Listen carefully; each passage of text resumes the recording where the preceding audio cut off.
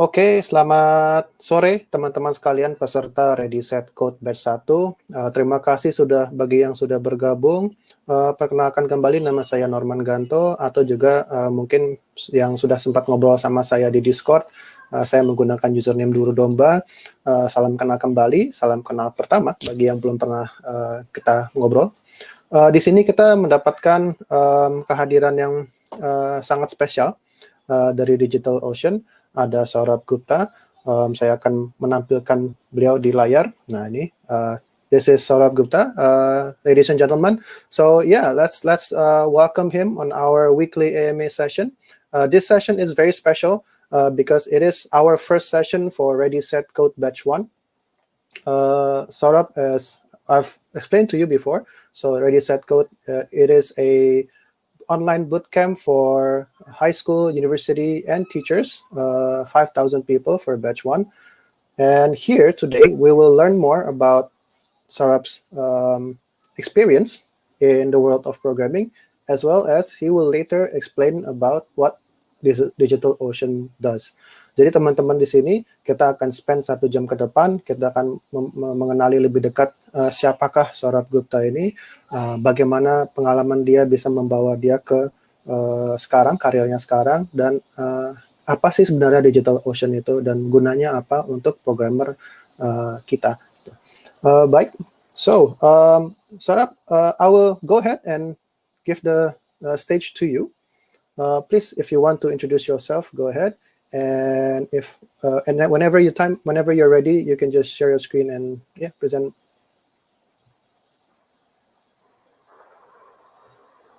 Yeah, sure. Thank you, Norman, for that introduction. So welcome everyone who is watching this live. I'm Saurabh. I'm basically from India, and I work with a company called DigitalOcean, which is basically a cloud company. I am a senior developer advocate with DigitalOcean. I have, I'll say, more than 10 years of experience, mostly around cloud and programming.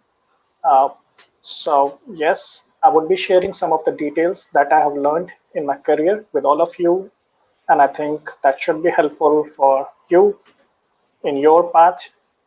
And I'm open to take questions or whatever queries you have on programming, right? So everyone wants to be a good programmer. So yeah, in case you want to become a good programmer, you have some queries around it, we can start with that. And then we will talk about cloud. That is my favorite topic. Awesome. Yeah. Sorry.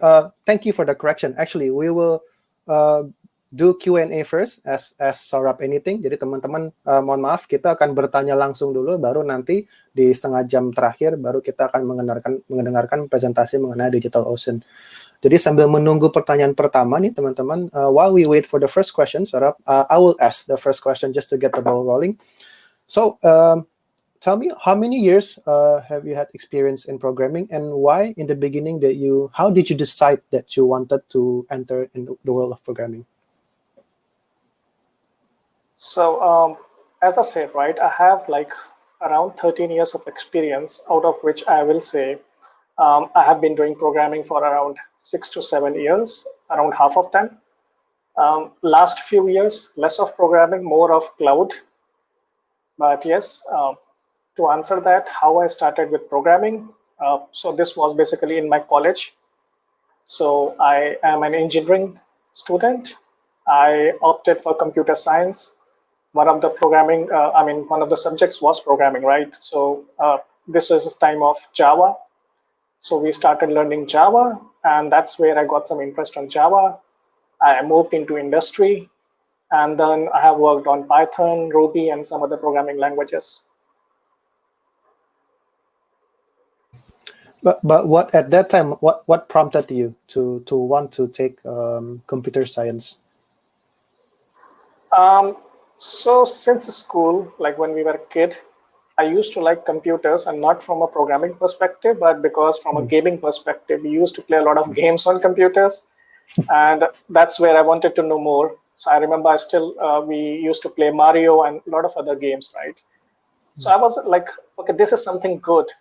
I should know more about it. And once I started researching, like when you start growing, you move to different classes, you understand more about computer and programming. And that's where I got some interest around it. Then I thought I will do my engineering and in computer science, and that's how I got the interest. Right. Okay, baik. Let me just share that to our viewers. So teman-teman, jadi yang pertama awal dulu kenapa Saurabh itu tertarik untuk ngambil programming karena game ya. Jadi teman-teman tidak perlu untuk mencari inspirasi, tidak perlu jauh-jauh, cukup dari apa yang kita suka. Pada saat itu Saurabh memiliki passion dalam gaming dan itulah yang membuat dia tertarik untuk mendalami programming. Semoga teman-teman juga memiliki passion yang sama, apapun itu didalami saja karena begitu mempelajari satu bahasa akan dengan lebih mudah untuk mempelajari bahasa-bahasa lain dan untuk mendalaminya lebih lanjut. Cool, thank you. That is a very good area to start with, gaming. We have our first question. Great. And straight to the point. I like this. What is DigitalOcean? Good. So I think I will answer it short because we have a session on DigitalOcean. So Hafsa, thanks for asking that. DigitalOcean is a cloud infrastructure company that gives you, in terms of hardware, right? So to run a company or to run a code, you need some basic hardware. You need a machine, you need some other things that we need to see. We provide you outcome. We will have a session about it. But then, yeah, we are a cloud infrastructure provider. Okay, got it. So, Mas Hafsah Aldian, jadi basically DigitalOcean itu yang akan memberikan semua infrastruktur yang dibutuhkan untuk Mas Hafsah memulai suatu coding atau perusahaan. Jadi tidak perlu memikirkan infrastruktur, nggak usah pusing. DigitalOcean can provide everything for you to start up your own product and or business. Cool. Thank you for asking, Hafsah. Next question is, okay, this is in Bahasa. Oh, okay, this is a good question. So, what kind of soft skills is required for a programmer nowadays? What are if you can just point out 3 top soft skills that you think is very beneficial for themselves and the team as a programmer? Yes. So, I think that's a very nice question because normally when we talk about programming, right, we only think about a particular programming language. Could be anything that you like, but we do not think about soft skills. But if you see the current software industry, the pattern has been changing over the last couple of years. So last decade, things have changed and people also have given a lot of importance to soft skills. So when I talk about soft skills, I think some of the key skills which I think are needed, apart from a good technical knowledge, are one, I think, a good communication skill. So definitely, I think globally we use English as our business language, right? So a good communication skill, that is definitely needed to work with international clients. Second, I think is what I feel is patience. So programming is not like one-day job that you open a book and you learn everything. It takes a lot of patience to build a career out of programming, right? So you should have that patience. A lot of people, they give up, they try for like 1 week, 10 days, 1 month, and then they're like, I don't like programming. So, I mean, in 1 day, week or 10 days, you cannot learn programming. You need to be more patient, have that. And yeah, slowly, once you start learning, you make mistakes. It's okay to make mistakes because once you make mistakes, then only you can learn something new. So I think second would be patience. Third, I think definitely needed is in this global time. So basically a team person kind of a thing, team building, right? So a person who can work with a lot of other people within the team. So you might be a good programmer, you might have good knowledge, but if there's a team of 5-6 people and you're working as a team member, right? If you're not a good team player, it becomes difficult to work with you. So any organization that is looking for a good programmer is also looking for a good team player. So I think that's another skill that we should have. We should know what we need to do in terms of technical knowledge, but then also, a very good team player. We should also be like supportive and understanding of other people and help them, our colleagues. Right. Awesome. Yeah, I totally agree. Just from experience, my own experience when we were doing hiring, especially technical people, these are sort of the soft skills that we look for. So not just, how big is your portfolio or how many languages you can code, but yeah, definitely yeah, because we are working in a team setting.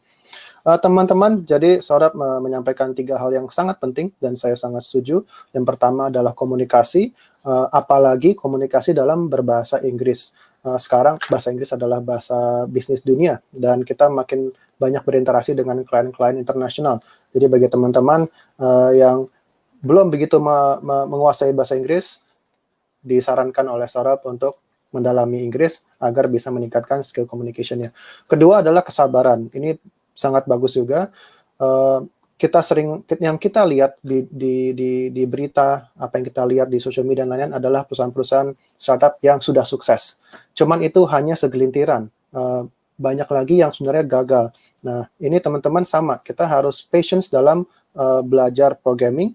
Jangan hanya karena udah melakukan bootcamp di Ready Set Code, sudah sebulan, sudah 2 bulan, lalu menyerah. Karena di sini perlu kesabaran dan terus melatih terus dan harus membuat mistake ya, harus membuat kesalahan karena disitulah programmer biasanya akan belajar agar tidak mengulangi kesalahan berikutnya.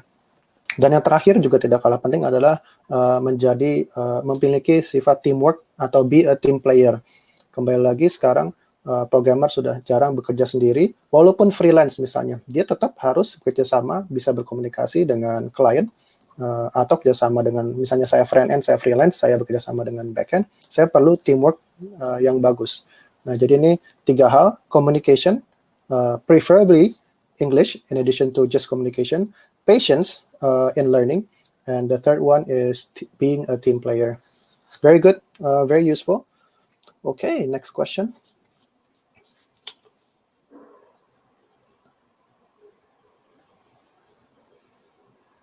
Okay, this is good.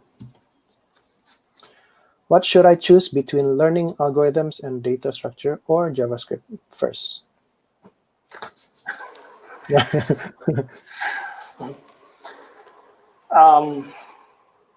So yeah, I think that comes from Fikri, right? So my preference would be learning algorithms and data structure and not JavaScript. And I will give you the reason, right? When you have good knowledge about algorithms and data structure, that gives you a very good base in terms of tech analysis, analyzing the code and building a pseudo code around it. Now, once you are given a problem to code, you can write a pseudo code using algorithms and data structure. And then you can use any programming language to convert that pseudo code into a final code. So if I think for me, algorithms and data structure are the base. It's like you want to write your name. So should I learn ABC or should I directly write my name? You need to learn alphabets first. And that's where algorithms and data structure come. And then once you have good command over algorithms and data structure, you feel confident, then you can choose whatever programming language you want to use, like JavaScript or like Python, Ruby, or anything, right? Any of the popular languages that you want. But I think the base should be algorithms and data structure. That will give you a good hand. And also, I have seen a lot of people I have friends who are good into Java development. They have been doing Java for like 10 years. Now, times have changed. People are moving from Java to Python and Python to Golang, right? Once you have a good knowledge of algorithms and data structure, it's very easy to move between languages, between different programming languages. If you only learn Java as a language, it's very difficult for you to move from a Java world to a new Golang or Ruby or some other programming. But in case you know algorithms as a base, it's very easy for you to relate because only the syntax changes. Everything else in terms of concept, the core concept remains the same. So that would be my answer, algorithms and data structure for me. Great, yeah, cool. Okay, Mas Fikri, jadi tadi sudah disampaikan, choose learning algorithms and data structure first, karena dari situ sudah memiliki basis yang kuat untuk mempelajari bahasa pemrograman apapun. Walaupun tidak salah ya, it's not wrong to learn maybe a front-end programming first. But if you want to look long-term, jangka panjang ya, and if you want to learn many different languages in the future, if you have that plan, Mas Vicky punya plan seperti itu, sebaiknya diawali dengan mempelajari algoritma dan data struktur yang sebagai tahap awal. This is something new for me. Thank you. Welcome.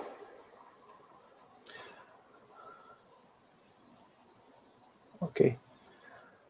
Mas Tomatala Martin, saya asumsi ini mengenai DigitalOcean ya. So he's asking, how long have DigitalOcean been around, and when did you join, and why did you join? Okay. So DigitalOcean has been around for now, I'll say 8 years. This was founded in 2012 as a startup based out of New York in US. So basically it's a New York headquartered company which has global presence, and we have an office in India also. How long I have been working with DigitalOcean? So I think it has been now a little more than 1.5 years that I have been with DigitalOcean, and it has been a really good journey. The reason I joined DigitalOcean was I was looking for a different profile, and DigitalOcean and a couple of other companies globally have that kind of an offering, right? Not many companies offer you a developer advocate kind of a role. And this was something which I was looking for. I got an opportunity at DigitalOcean and in India, and that's why I joined it. It has been a really wonderful journey working at DigitalOcean. I think one of the best companies to work for. And I mean, right now we are in this situation, right, where we have COVID and we have people working out of their homes. But even before this situation, our company was so flexible that we had like nearly 50% of the employees working remotely, fully remote. So we are based out of US and India, but a lot of people used to prefer from other locations. And you have a lot of other benefits, right? So company culture is definitely good. And that's what motivated me to join DigitalOcean. Right. Okay, Mas Tomatala, basically Saurabh menyampaikan sudah 8 years, right? DigitalOcean was founded 2012. Yes. Yeah, so 8 years, 8 tahun, dan Saurabh bergabung lebih dari setahun lebih dikit. Dan kenapa? Karena satu, memang itu perusahaan, satu startup, dan juga memang perusahaan yang sangat bagus di mana memberi fleksibilitas yang sangat tinggi. I can safely say that DigitalOcean is a future organization. Yeah. So I have been reading about this 14 principles of future organization, where one is where they provide flexible working environment. So hearing from your story, I think DigitalOcean is qualifies as a future organization. Jadi perusahaan zaman sekarang, Mas Tomatala, untuk sukses, untuk menghadapi change atau perubahan, harus memberikan fleksibilitas dan kebebasan dan ruang bagi employee-nya untuk bisa berkembang dan bereksplorasi berbagai macam ide. Thank you for sharing your a snippet of your journey in DigitalOcean, Saurabh. Yeah, welcome. Rizky Tegar. Okay, this one is in English. You can directly answer. Yeah.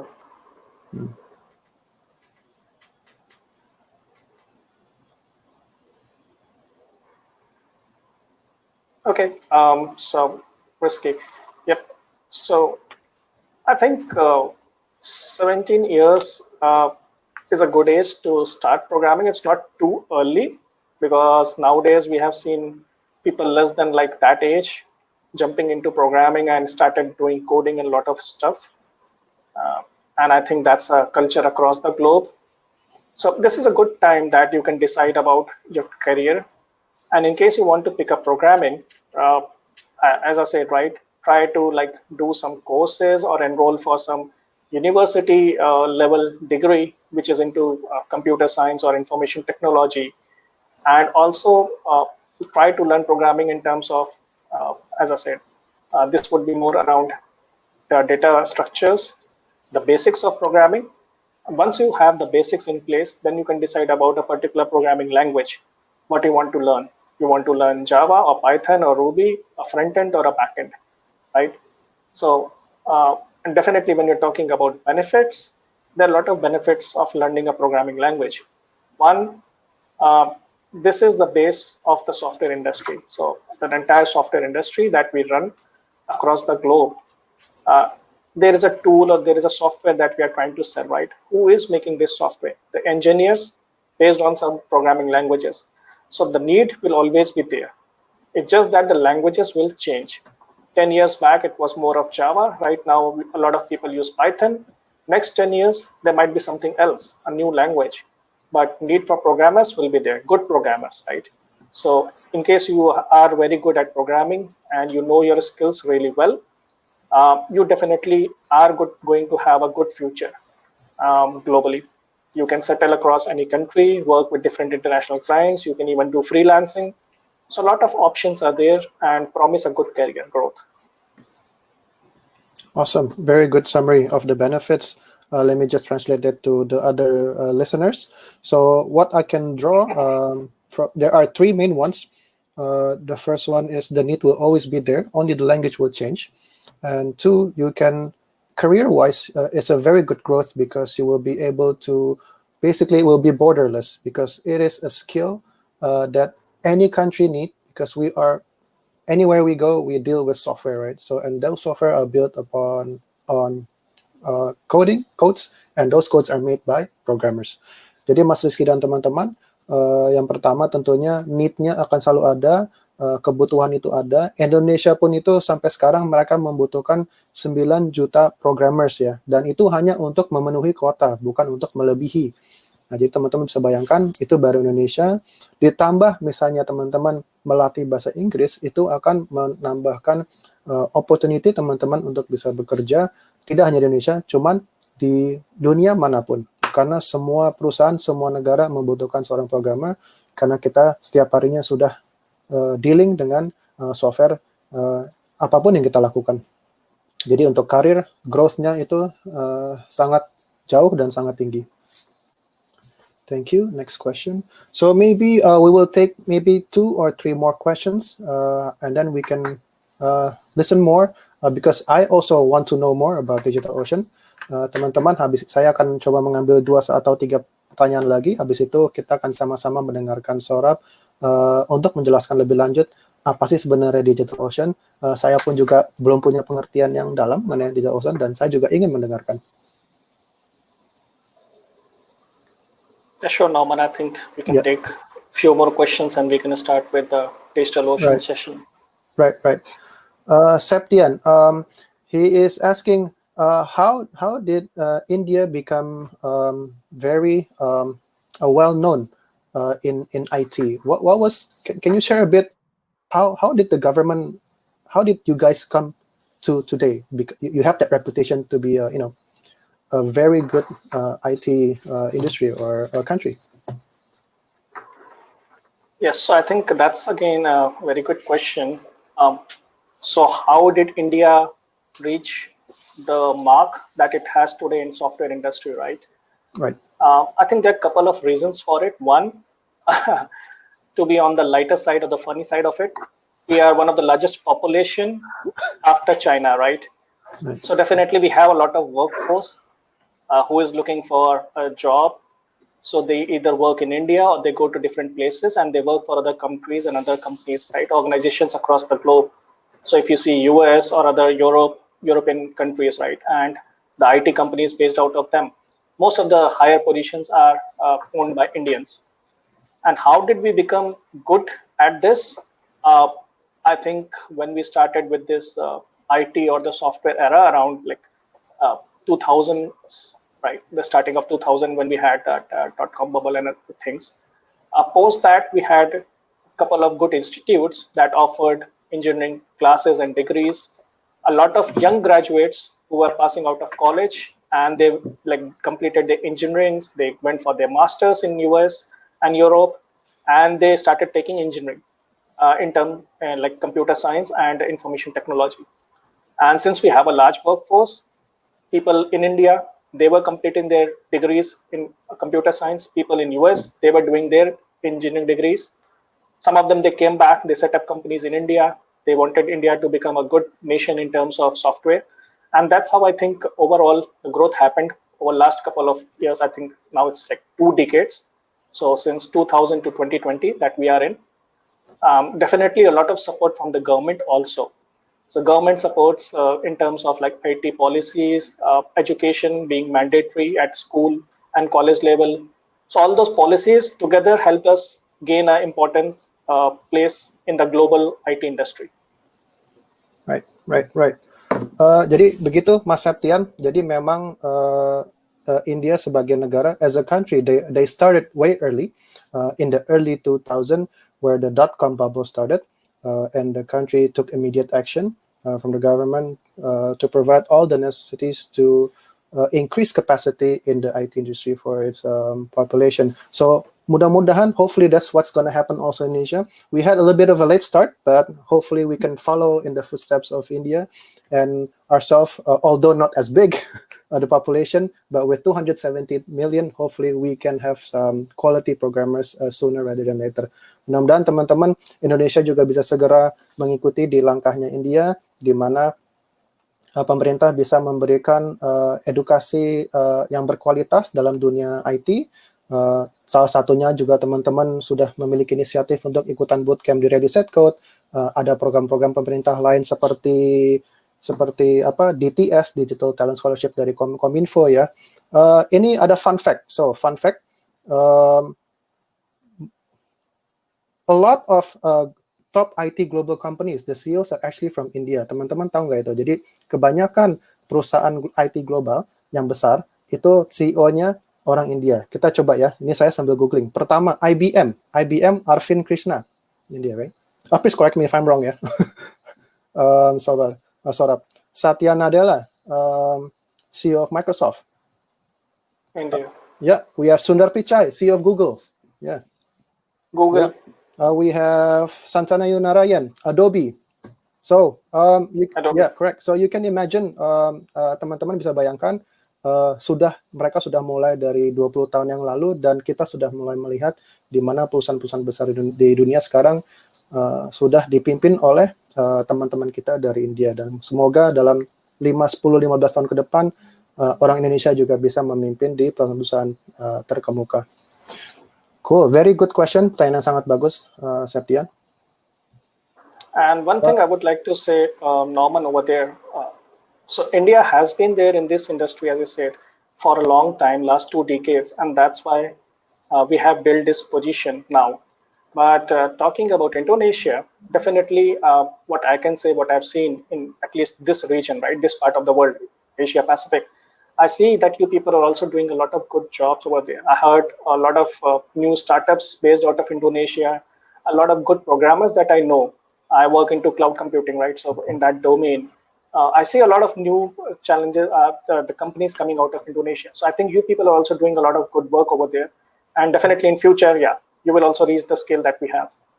Ya, amen to that. Jadi Saurabh hanya menambahkan teman-teman bahwa Saurabh pun sudah melihat banyak perusahaan-perusahaan atau startup Indonesia yang bagus, bahwa Indonesia juga punya banyak programmer yang bagus, cuman memang masih bisa ditingkatkan karena memang populasi kita sangat besar. Jadi dia meminta teman-teman untuk lebih semangat lagi belajarnya. So I have one more question. I think this is a very good generic question, but it's good because again we have a lot of newbies here. This is still connected to your earlier the 3 soft skills, yeah, patience. But this is maybe how to keep them motivated. So how do you stay up to date and keep your skills sharp in the context of programming? I'm sure. Yeah. So I'll answer it in more generic way, not only to programming, but when you are a part of an industry like this, right, a software industry, which is changing every day. So whether you are a programmer or you are in some other domain, you could be a data scientist, you could be a cloud expert, a cloud engineer, working on some other technologies. You have to keep up to date to all the latest technologies, and there are different ways to do it. So one reason is people who do not update themselves, they fall behind the industry, and yeah, definitely you do not grow in the career. The way how I personally keep a track or update my skills is I like normally online. So I read a lot. I follow some popular blogs in cloud computing and go through those blogs and read about people. I go to Medium. I follow a lot of people in Medium. some of my popular writers. I read their articles, right, whenever there's a new article by them, and then also like keep a tab on what is the latest happening technology in my domain. So people who in this audience have some idea about cloud. So cloud is a very big word. Cloud computing. The latest technologies that we have nowadays is containers. We call them as Docker, Kubernetes. These are the latest technologies around cloud ecosystem, right? And every day there's a change. So it's not possible for a human being to like keep update of everything, but at least you should know what is happening in your domain, how things are changing. You should be aware of it. And whatever is your key area, if you are a programmer, at least try to learn more about programming communities, right? Be a part of those communities. If you are a data scientist, work in those communities and learn about new tools and technologies. I am from a cloud domain, so I just keep researching about what is happening into cloud, what other people are doing into cloud, what are the new skills, if I can learn those skills. And that's the way you can update yourself. Because once you start like out of college, you move into a job, you get your job, you start learning for like initial 4 or 5 years, and then you relax. Once you relax, you are out of the race, right? So this is basically, I'll say, a constant race where you have to keep like pull up your shoes, pull up your socks, and keep on running forever. Right. Excellent answer. Excellent question. Excellent answer. So Saurabh was just saying that it's not just programming actually, because today everything is constantly changing. As a matter of fact, the only constant thing is change, right? In this world. So teman-teman di sini sebenarnya tidak hanya programming, cuman apapun domain teman-teman, apapun skill teman-teman yang sedang dalamin, itu semuanya harus satu, banyak baca ya. You have to like reading. You need to read a lot. Bisa baca Medium, bisa baca artikel, berita apapun mengenai industri apapun yang teman-teman sedang mendalami. Dalam kasusnya Saurabh, karena dia adalah spesialis cloud computing, dia akan terus selalu membaca mengenai cloud. Tentunya tidak mungkin selalu ingat semua hal, tapi setidaknya teman-teman mengikuti perkembangannya gitu. Tidak harus menjadi expert di semua hal berhubungan dengan cloud atau apapun itu. Cuma setidaknya teman-teman mengerti apa yang sedang dikembangkan dan akan menjadi tren di masa depan. Okay, Saurabh, so I'm seeing more and more questions about DigitalOcean. So I think this is also the perfect timing to enter into your session, which is the presentation about DigitalOcean. So go ahead, teman-teman, kita dengarkan dulu presentasi dari Saurabh. Nanti setelah presentasi sekitar 15-20 minutes, kita akan ada Q&A kembali dengan Saurabh. Go ahead, Saurabh. Yeah, sure. Let me share my screen and bring the slides. Yeah.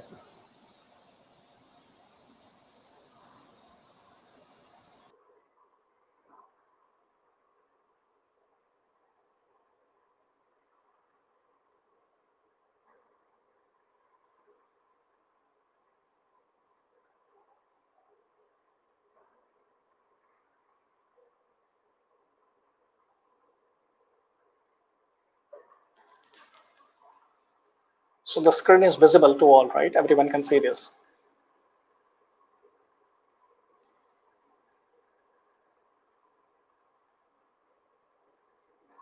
Norman, is this visible? Yeah, it's good. It's good. Sure.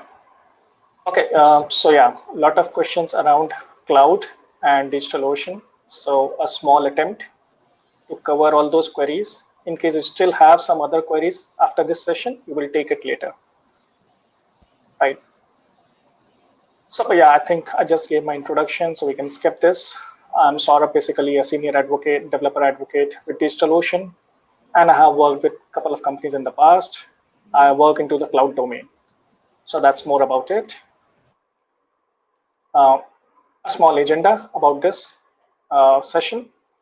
So we are going to talk about next couple of 15 or 20 minutes about what is cloud computing, why is it so popular, what are the benefits of cloud computing, not too much into the architecture, just a high level architecture of how cloud works.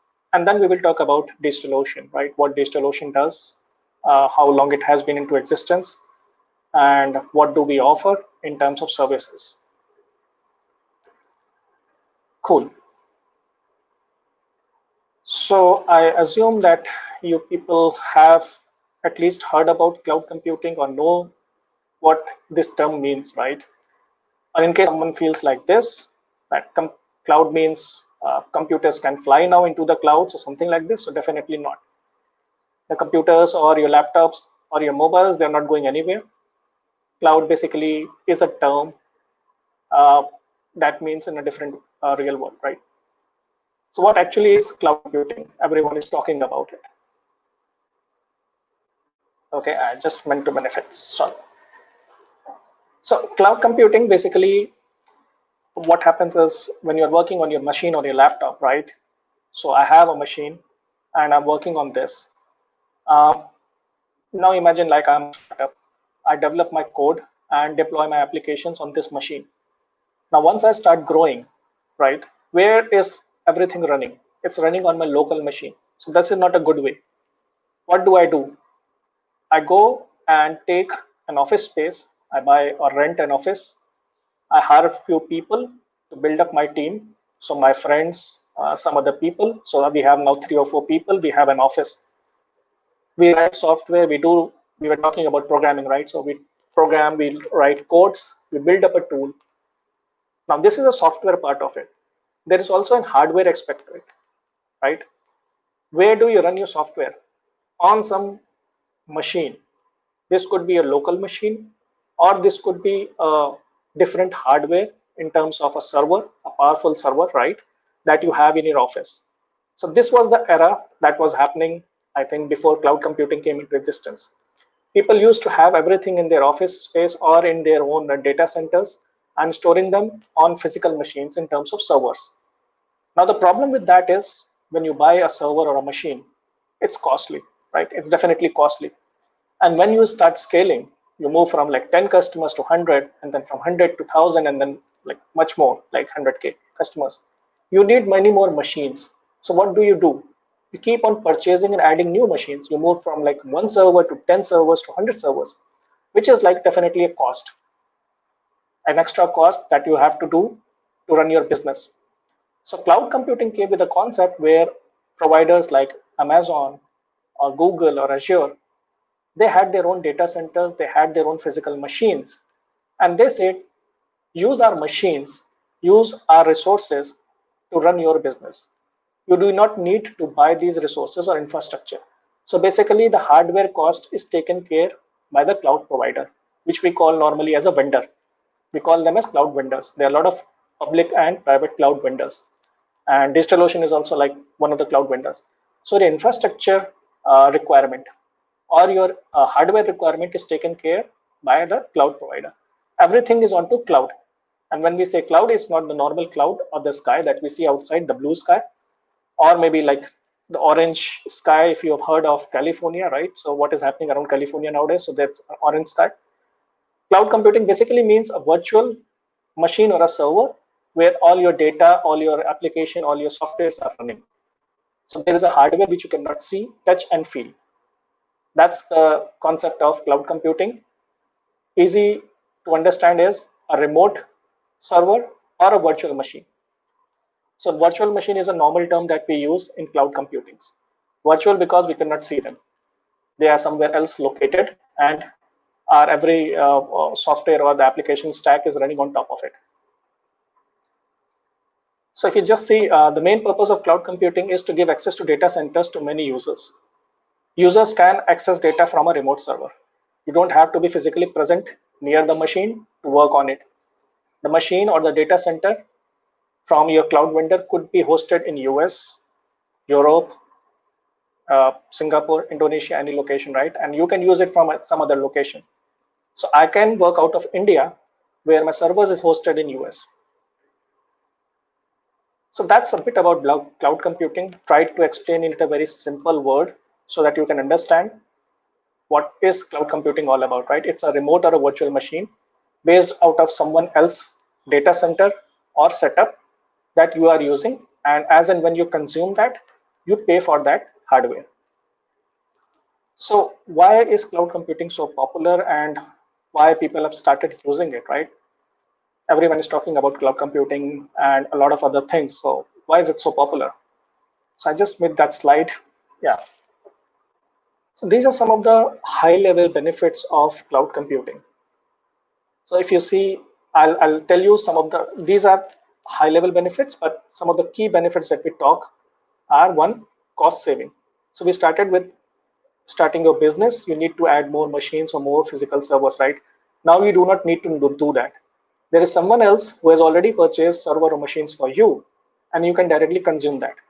So definitely you do not have to purchase the hardware, which is an extra cost, and definitely maintaining that hardware is also a costly affair. So you do not have to worry about those things. You can only focus on programming and building your tool. So you save on cost. That is one part. Second, we talked about scaling. When your business starts increasing and you have more revenue coming in, more customers coming in, you need to add more physical machines, right? So from one server, you move to 10 to 100. That is again extra cost, and you cannot do that immediately. So suppose I have a company which scales in 3 months. I cannot suddenly purchase 10 more servers or 20 more extra machines. Maybe I don't have that kind of money. I don't have that kind of a cost capacity. So how do I scale? It becomes difficult when I have physical machines. But with cloud, it's like one click and you can scale your machines to hundreds and thousands. So that's another important aspect in terms of scaling. You can very easily scale up. When I say up, as in you can increase the number, or scale down, as in you can decrease the number and few clicks of your mouse, right? So basically there are settings where you can define that I want, when my business is regular or normal, I want 10 machines. In case I see my business growing up, I am running some campaign, I know more people will come to my business and site, I can increase that number from 10 machines to maybe 20 or 30 machines. And once that campaign is over, people will go back, right? I will not have heavy traffic, it will be regular traffic. So again, once that campaign is over, move back or downscale back to 10. And you do not have to do like anything else. You just have to pay for extra hours that you are going to use the extra machines. You do not have to pay permanently for them, right? So basically there are different models of payments also. So what we popularly call as pay as you go. So if you choose a machine for like 6 hours, so 10 machines are constantly running over the month. This is my normal usage. I need 10 more machines only for this campaign for one day. So if I hire or rent 10 more machines, I just have to pay for 10 one day payment. I do not have to pay for entire 1 month. If I use them for a couple of hours, so they are vendors who pay you by hour also, right? As low as like pay by second also. So if you just use them for 15 hours or 6 hours, you just pay by hours. You do not have to pay for the entire day or the entire month. And that's a lot of saving. So definitely cost saving is one important aspect. Scalability. Another important thing is support, right? When you have your own machines or physical machines, you need people like system administrators to take care of the support of this machine. If something goes wrong, they debug the situation and they bring the machine up and running. So there's definitely a team or people required to work and support that infrastructure. When you are using cloud, the vendor takes the ownership of support. Anything that happens on your machines, you can just tell the vendor. And I mean, the way is to open a support request. So there is a support team. You can always reach out to your vendor support team and tell them that I see some issues on my machine. Can you help me? And definitely they will help you within the stipulated time. So there's always a time frame involved. So within 3 hours, within 4 hours, within 1 hour, depending upon the situation, they will help you, right? So that's another thing. You do not have to purchase machines for yourself. You can scale up or down based on your requirement. You do not have to maintain that. You get free support. Most of the times it's free support. Sometimes it's paid also. And then there are other benefits from the cloud provider. They give you data protection, right? They have services to protect your data, whatever is data that you have on these machines. They have services to protect that data. They also give you backup services. So in case your machine goes down, you want to bring up the new machine, there's already a snapshot of the old machine that you can use as a backup, and your data is not lost, right? So these are certain services or advantages that we will see. And when we talk about DigitalOcean, I'll try to showcase those things to you. So the picture that we saw last, right? Same thing into words. So some of the high-level benefits of cloud computing: low IT infrastructure cost and computer cost for the users, better and improved performance because everything is taken care by the vendor. You don't have to worry about it. You just have to work on your product, do the programming part, do the coding part, do the marketing part. But from a hardware or what we call infrastructure, you don't have to think twice, right? Backup and recovery solutions from the vendor. So I just covered that point. In case you maintain your own machines, you have to take care of all the backups, right? You have to maintain the backup schedule. You have to take a backup in case something goes wrong. You have to use that backup as a solution to bring the machine up and running. But with cloud vendor, there are always most of the cloud vendors, right? They give you backup as a service. So you can enable that service, you pay for that. In case there is an issue on your machine, you can always delete that machine and bring up a new machine with using the backup. And definitely maintenance issues. There are fewer maintenance issues because now maintenance is not your headache, but coming as a service from the vendor. So definitely he will take care of the maintenance issues. In case you are using a particular operating system, there is a security issue, they will do the patchwork. In case there is a new OS update, they will do that OS update for you, right? So you don't have to keep a track of all those things. So definitely fewer maintenance issues on that side. This is a high-level cloud computing architecture. Don't want to go too much into the architecture side of it because definitely this is a much more complex topic since we are running short on time. So yeah, just briefly explain. So if you see this part, right, this is the internet, which is basically the cloud. There are people like us who are right now browsing through web browser, through mobile browser, and this is the what we call as the front end.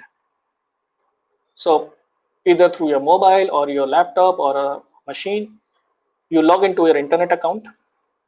Maybe you suppose go to google.com or you go to amazon.com, you want to purchase something.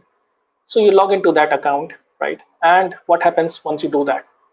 A request is sent to the backend. So this is the front end part where we are there as a users, and this is the backend part where the application, the cloud provider, the vendors are there. So at the backend, if you see this dotted line, right? So this box is basically a cloud vendor. So he has given machines to the application. So the application could be Facebook, could be Amazon, could be some other browsing application that you use. These machines are there in the cloud. There's a database server. Typical technical stack is there. So you make a call, goes to internet. From internet, it's directed to the machines, whatever front end, back end machines that you have. Talks to the database, whatever information you are requesting, right? You want to browse or send a chat request to your friend. You want to just browse Facebook. So based on what kind of a research or what kind of a request you have made from front end, there will be a response on the back end. So internet acts as a gateway between the front end and the back end. And here the dotted line shows you the cloud. If I just remove this dotted line, everything could be done in a physical environment also. This could be your office where you have live physical servers, and this is your application stack, which is running on top of these machines. This was a pre-cloud era. People used to do this. This was a traditional way of doing the business. But with coming of cloud, now there is a cloud provider and he takes care of everything. So you just have to work on this part, right? The application, the database, maintaining the database, how to make the UI better and give your users a better experience, those kind of things. You don't have to worry about the machines.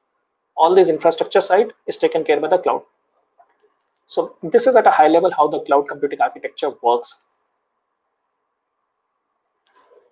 Talking about my favorite theme. So it's about DigitalOcean, right? So let's quickly see. Many of you have requested what DigitalOcean is all about. I said I'll tell that in the slides. So this session, yes. So just a quick glance. I told you, right, this was a startup and founded in New York. So we are basically a New York headquartered startup in 2012. We have come a long way of 8 years since then. And a lot of things have happened over the last 8 years. So these are some of the key stats around the world.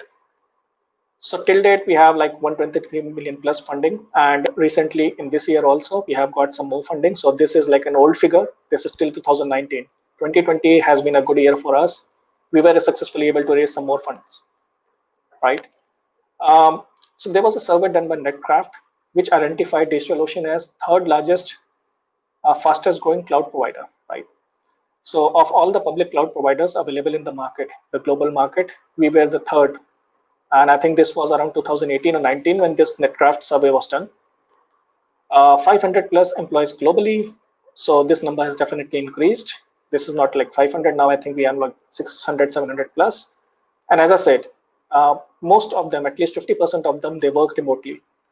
So in this COVID times, everyone is working remotely. But even before COVID, right, pre-COVID, this is a friendly organization. This has a remote concept, a remote culture concept, and people were free to choose the location. So we had offices in New York and other locations. If you are based out of that, it's fine. Otherwise, you can work remotely for whatever location you are. 510K plus active customers that we have till date. 225K plus SMB customers. And yeah, when people talk about our presence, so we have presence across the globe. We have 12 data centers in 8 locations. So we will just see what all locations we are there. And one of the biggest USPs for us is a lot of people who know about DigitalOcean.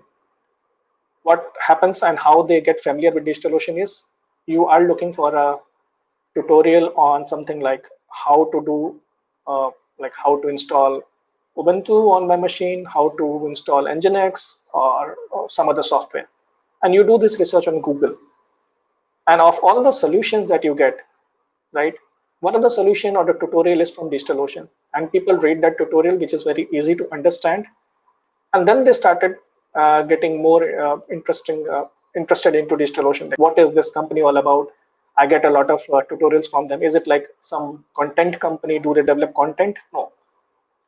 So because of that community, the developer community, we have 3.5 million plus active visitors on our community. And it's one of the biggest communities across the globe. So we get a lot of community love. A lot of people love us, especially the developers, right? So these are the key stats about DigitalOcean. Moving next. So yeah, this is more about recent funding from DigitalOcean in 2020. So yeah, you see we raised 1.50 million at this valuation. But yeah, those figures have changed. So these are basically our presence across the globe. We are present in India, in Bangalore, Singapore. So this is our presence in APAC. We are present in Amsterdam, London, Frankfurt, and New York. We have 3 data centers. We are based out of Toronto and San Francisco. So these are 8 locations, and across these 8 locations, we have like 12 data centers. So basically, we have our own infrastructure at these data centers, and you can like choose one of the locations based on your need. So if you are based out of like Indonesia, you can try a Singapore data center. In case you are somewhere around India, you can try the Bangalore DC. And based on other locations, you can choose your preference. Why a lot of customers love us, right? So I'm not sure if any of you have tried other cloud platforms. So the big cloud platforms in the past, right? But in case someone has an experience with cloud, some public cloud platforms, I have been doing that for last 4 or 5 years. And let me tell you that other cloud platforms that I have seen before trying DigitalOcean, they were quite complex. Reason being, I started my career as a programmer, right? And you do not have any knowledge on cloud computing. So when you land into the world of cloud computing, there are a lot of new things to learn, a lot of new technologies to pick up, and sometimes things becomes complex for you to understand. So even if you want to set up a simple task like I want to spin up a new machine, which we call as VM, right? Virtual machine. On DigitalOcean, it takes me 10 minutes to understand the system and spin up a new virtual machine. And the virtual machine takes approximately less than 1 minute to come up. On other platforms, it takes me 2 to 3 days. Not because the system is slow, but because I don't know that system. I have to read a lot of their documentation, understand that first step is this, then I have to choose a data center, then based on data center, I have to do something else, then I have to define some rules. How do I do that? So it takes me like a couple of hours to understand the complex cloud infrastructure system that they have, just to do a small task like bring up a new machine. And that's where a lot of customers love us. So DigitalOcean, our motto is always simplicity. We have tried to make our platform very simple and cut off all the complexity. The whole intention being a simple developer who doesn't know anything about cloud computing or those things that we saw, right? It should be easy for him to come to a DigitalOcean platform or a cloud platform and spin up an infrastructure for him and then go back and start doing his programming. We don't want you to spend a lot of time getting into the complexities of cloud and learning cloud. If that is your business, you are a cloud engineer, definitely you have to learn. But if you are a developer, why you want to learn more about cloud computing, right? You just need a virtual machine to practice. Come, spin, like deploy your code. If it works fine, good. Delete the machine, destroy the machine, go back. It should be as simple as that. So this is more of a high-level tool explosion from CNCF. This is a cloud native foundation, an open source foundation that takes care of all the open source projects. So if you see all these small boxes here, right? The ones that you can see everywhere. Sorry. These are all the tools that are available in cloud computing. And just by looking at this picture, you can understand how complex this ecosystem is. Someone who is new to this cloud computing, he will be totally confused. What should I choose and from where to start? So you have like Helm, you have Docker, you have Kubernetes, you have Grafana, GPRC, etcd, like Witness, a lot of tools are there. I just want to spin up a machine. I want to deploy my code. What should I do? So the reason I put this picture here is to show that the ecosystem itself is very complex. It becomes difficult for a newcomer to start and work on cloud computing, right? So this is what we have been believing at DigitalOcean. Simplicity is the ultimate sophistication, and we believe in simplicity. Now let's talk about some of the key product offerings that DigitalOcean gives you out of the box. So if you compare us with other cloud providers, right, they might have hundreds and thousands of services. Some of them which you need, others you might not need in your lifetime. We do not have a lot of services, but anything that is needed to run your business is available on DigitalOcean. So let me start. What do we need to run a business or a software application, right? As I said, first of all, I need a machine, a virtual machine, a VM. Once I have a lot of VMs, I want to put them behind a mechanism where they can automatically scale and distribute the traffic. So this mechanism could be a load balancer, right? So this, I mean, I'm sure this would be a new term for a lot of people, but then yeah, if you're trying to get into cloud computing, these are the basics. So virtual machine, load balancers, and then firewalls, right? So again, firewall is a concept where you can define your rules and like you can have rules to define what comes inside your boxes or machines, what kind of traffic goes outside, to put it in a simple way. What else do we need? Once we have our infrastructure, we talked about backups, right? So yes, we need backups also. In case something goes wrong on one particular day, I should have a backup to get it back. So yes, we have backups. What else? We need to monitor the system, right? So definitely monitoring is needed. We should know if something is going wrong or happening on my machine, and then I should take a corresponding action. So yes, we have a monitoring solution also. So those are the high level things that you need to run a business, and everything is available as a service on DigitalOcean platform. So I was talking a lot about droplets, virtual machines, right? So we call them as droplets. So droplets you can resonate with via DigitalOcean. So definitely the basic part for us would be a droplet, right? So this is where we started a business from. So in 2012, droplet was one of our initial offerings. We started offering virtual machines, and then we added other services that you see here. So I talked about load balancers. Once you have multiple droplets, you can use load balancers to balance your traffic and your load. You need some kind of storage, right? So we have storages, block storage that can be added to a droplet. We have object storage also called spaces. So this is one way of storing, and then another way of storing your data is databases, right? So we do offer databases. This is a recent offering that we have started, but if you are aware of database, the most popular database out there is MySQL, right? So we support MySQL, we have Postgres and Redis. We are trying to get more databases on board, but yeah, these are the 3 offerings that we have. And for you, those of you who are aware of a bit more advanced topics, I was talking with Norman, right? So in cloud computing or in DevOps, what we call them, there the idea, the latest technology is about containers. So like Docker, Kubernetes, these are the latest technologies which are there in the market, and we do offer them as a solution. So I don't think anything else is needed in case you want to run your business or a software application. So you basically need machines, you need load balancers, you need to store your data. So storage is available. You need databases, so databases are available. In case we are using advanced technology like Kubernetes or Docker, that is again supported out of the box. So yeah, most of the offerings are available. So I think we talked about Kubernetes, marketplace. Okay, I think we can skip about marketplaces. Just to give you an idea, since we do not offer a lot of services, right? So there might be a use case where you need something and it is not available on DigitalOcean as a service. In that case, we have partnered with a lot of third parties which offer that service that you're looking for. And they are offering those services on a marketplace. So in case I'm looking for a service which is not available on DigitalOcean, I can have an option of using them from a marketplace offering. Not all, but most of them, we try to partner with them.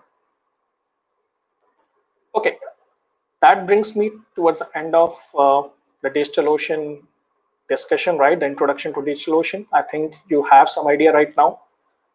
For me, the focus area was to give you a brief idea of what cloud computing is all about, why it is so popular, why it is gaining so much of traction, why everyone is moving into cloud computing. So I think we discussed those ideas at a high level. What are the benefits? Why do people move from their own physical machines and servers to a cloud environment? Because that saves them money, cost, they can easily scale, they don't have to think about support, they can get people to focus directly on code or programming or software side, they don't have to worry about the hardware side. So some of the key benefits, right? And then we talked about DigitalOcean, when we started, where we started, what we have been doing, why do people love us? Because we are pretty simple. And we saw some of the services of DigitalOcean. And I think this is a link that has been shared with you all. Just want to bring it up again. So for you, those of you who want to try DigitalOcean, right, this is a link that you can go and register yourself. And what you get is basically $100, which is valid for 60 days. So you can use these $100 to spin up new virtual machines, to play around the platform, understand more about cloud computing, learn more about cloud. And the validity, as I said, is 60 days. The only thing to keep in mind is once you register, right?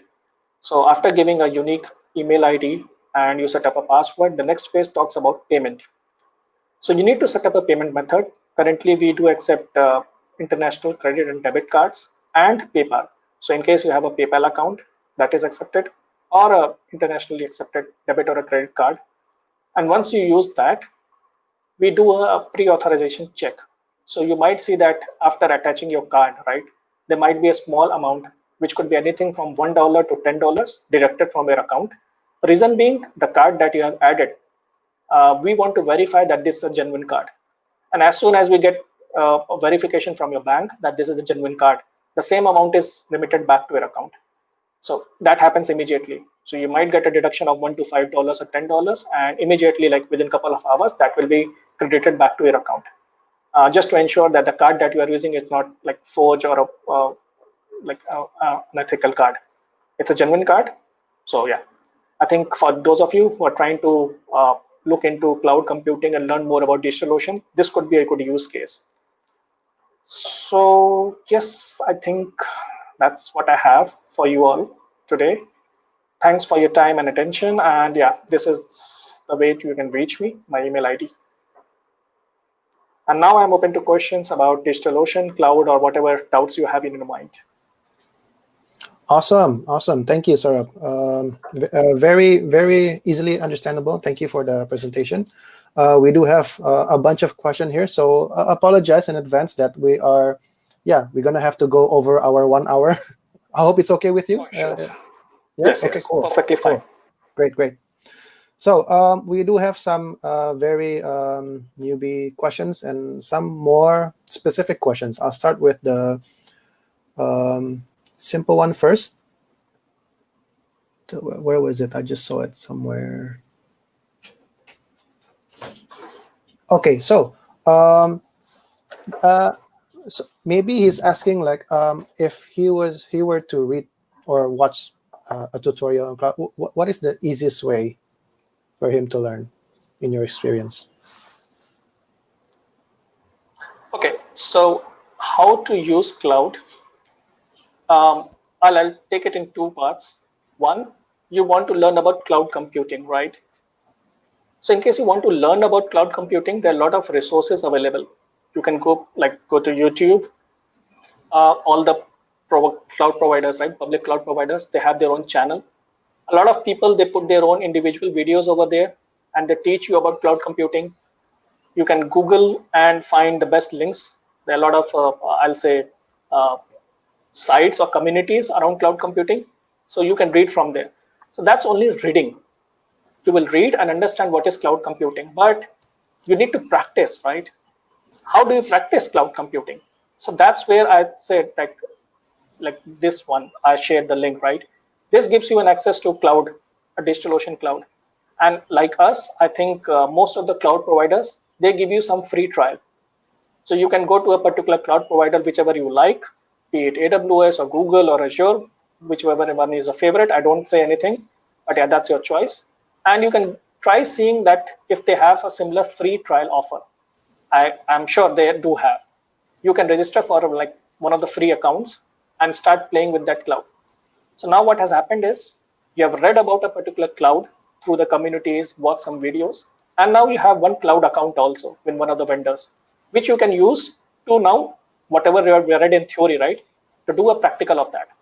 So you read and then you learn and practice. And that gives you a full on-hand knowledge of cloud computing. So I think that's a way that you can start with cloud. Cool, thank you.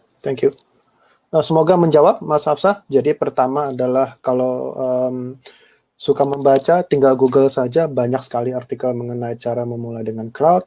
Kalau sukanya nonton dan mendengarkan, juga banyak resource, banyak kok konten-konten creator yang bahasa Indonesia, orang Indonesia seperti misalnya Sandika Gali dan lain-lainnya yang juga sempat pasti membicarakan tentang cloud, itu juga bisa banyak di YouTube. Selain itu tentunya trial. Jadi tadi kan di-share link untuk trial. Mungkin saya juga share ke teman-teman bahwa if you don't have a credit card, jika teman-teman tidak punya credit card, bisa menggunakan PayPal. Jadi PayPal adalah alternatif pembayaran yang bisa digunakan di DigitalOcean. Caranya mudah, basically itu e-wallet seperti GoPay atau OVO, tidak perlu credit card, dan dengan membuat PayPal, teman-teman bisa menggunakan kredit gratis sebesar $100. This is not a question, but I guess it's more of a compliment for you guys. So basically, then he's saying DigitalOcean is my favorite cloud. The cost calculation is the most clear one compared to the other guys. Well, he's saying the other guy, so I don't know who the other guy is, but yeah, you should know. Yeah, so thank you, Deden. Very nice compliment, I'm sure, for Saurabh and the team. I think, yeah, that's regular feedback that we get. So apart from simplicity, costing is another area that we excel. And I know what Deden is referring to in terms of other guys. I know other guys. I have worked with them. So yes, but thanks, Deden, for bringing that out. Ya, thank you. Jadi selain simplicity, mudah digunakan, memang DigitalOcean kenapa juga sangat populer di antara programmer, di antara startup, karena perhitungan biayanya itu sangat jelas, tidak membingungkan. Jadi teman-teman, terutama nanti ada partner yang handle keuangan, itu tidak membingungkan untuk menghitung cost dari penggunaan DigitalOcean. Oke. Lalu, okay, so do you know about Nusa ID, Saurabh? They say it is what's the relationship between Nusa ID and DigitalOcean? User ID. Nusa ID. I guess it's a web hosting company here. Sorry, Not familiar? unfortunately, not aware. Yeah, Okay, haven't he's heard. saying he's a partner of DigitalOcean. Okay. Oh, okay. Okay. This is a very good one. Yeah. So, there you go. This is quite specific, and I'm sure mostly government sector would ask this kind of questions, right? Yeah. Go ahead. Yes. So yeah, I think that's a pretty valid question by Tejo. Um, so when we talk in general about security and privacy, right? So I think most of the cloud providers, they have their own data centers, and to set up a data center across the globe, you have some international standards, and they have to follow them. So even we at DigitalOcean have all the necessary certifications in terms of compliance and security before setting up a data center, right? So your data is secure with us. Your privacy is like shared. It's not going to be shared. But as you mentioned and pointed out, this is a specific case when we are dealing with government regulations.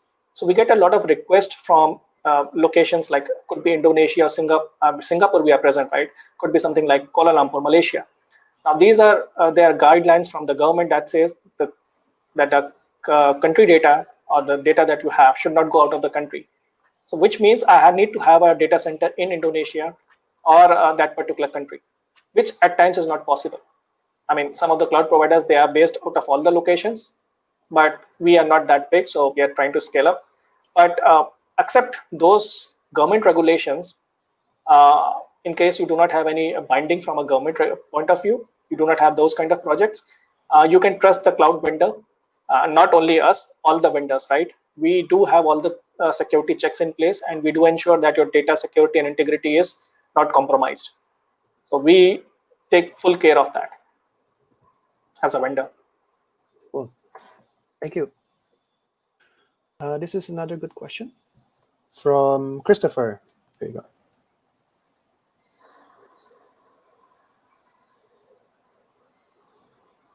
Okay, so he's using GCP for because of the free trial and one trader trial.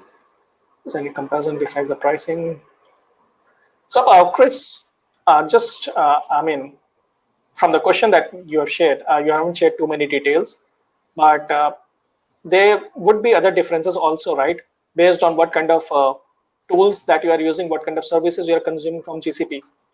Most of the services that you, if these are the basic services from GCP, we would have an equivalent for that. And apart from pricing, I think most of the things remain same. They give you good performance. Even our performance is at par. Sometimes one provider might be better than other in certain areas, right? But I'll say if you compare with GCP or other providers, pricing is an area and simplicity is an area where we think we have an edge. Okay, cool. Jadi Mas Christopher dan teman-teman, this is a very important point, ya. Karena again, cloud computing is complex. It's complex.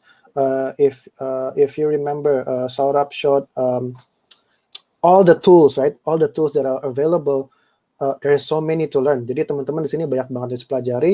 Nah, DigitalOcean dia kuatnya di simplicity-nya. Jadi sangat mudah digunakan oleh siapapun yang belum pernah menggunakan cloud.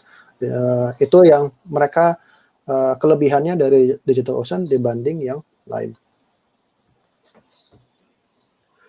Okay, Saurabh, I just need you to just repeat to me just briefly about the PayPal. So I need to re-explain to the audience here. So for PayPal, there will is required prepay also of about $10. You said, and then it will be returned after verification. No, so I mean, for PayPal, you can just attach your account. I'm not sure if you have like a pre-authorization over there, but when you attach your credit or debit card details, right, international accepted card, there's a pre-authorization charge on top of that. So sometimes people do feel that I have just attached a card and some amount is deducted, $5 or $10. So this amount could be, mostly it's like $1 just for a test. But based on the country and other things, it could range from $1 to $10. But this is again returned back to your account immediately. And when I say immediately, it's like a couple of hours. So you should not worry in case you see a deduction from your bank account, from the card. It's just to verify that the card is authentic. So whatever details you have entered, they are genuine. Once we verify that, we give it back to you. Oke. Ya, betul. Jadi Mas Ekarai, itu untuk verifikasi saja. Begitu akunnya atau kartunya sudah di-verify oleh bank, amount-nya akan langsung dikembalikan ke rekening Mas Ekarai dan teman-teman gitu. Okay, is there another question? Well, I think all the rest of the questions are pretty much similar. Maybe we can end it here. 1 hour 15 minutes. That's good. Yeah. So everyone is just saying thank you, Mr. Saurabh. Thank you for the answer. Thank you for the presentation.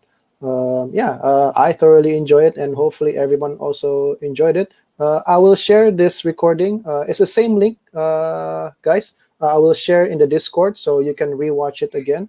For those who didn't join us from the beginning, you can watch it again from the beginning using the same link, which I will reshare again in Discord, both for the student Discord and as well as the teacher Discord. Is there something you would like to say just to close the session out, Saurabh? So I think on a final note, just for all the students out there who are trying to get into programming or learn cloud computing, right? We started conversation talking about some of the soft skills. I think personally, I feel it's more about patience and perseverance. Doesn't matter how many times you fail, you should not lose your confidence and your hope, right? You continue striving and you will definitely become a good programmer or a cloud engineer or whatever skills that you're trying to acquire. So don't be afraid of failures. No matter how many times you fail, one day definitely you will succeed. So keep on trying. That's my mantra for all of you. And thanks to Norman and the Progate team for having me here. It was really wonderful talking to all of you and answering your questions. And yes, my pleasure. Great, awesome. Thank you, Saurabh. A very great session. Let me just translate that. So, pesan terakhir dari Saurabh adalah untuk semua, terutama untuk semua siswa, mahasiswa di luar sana yang mau masuk dunia programming atau cloud computing, don't be afraid of failure. Yeah, failure is the best of medicine. Jangan takut gagal, jangan takut salah, coba terus. Karena tanpa kegagalan, tanpa kesalahan, kita tidak tahu apa yang akan terjadi. Kan kita tidak belajar. Thank you, everyone, for joining us. Terima kasih sudah gabung, and thank you so much again, Saurabh and DigitalOcean, for supporting this Ready Set Code event. Hopefully, it will be a good event for everyone. So have a good rest over there. Say hi to the DigitalOcean team in Bangalore, and to everyone who joined us today. Have a good day. Have a good evening. Sure. All the best to all the participants. Yeah. Have a good day. Bye-bye.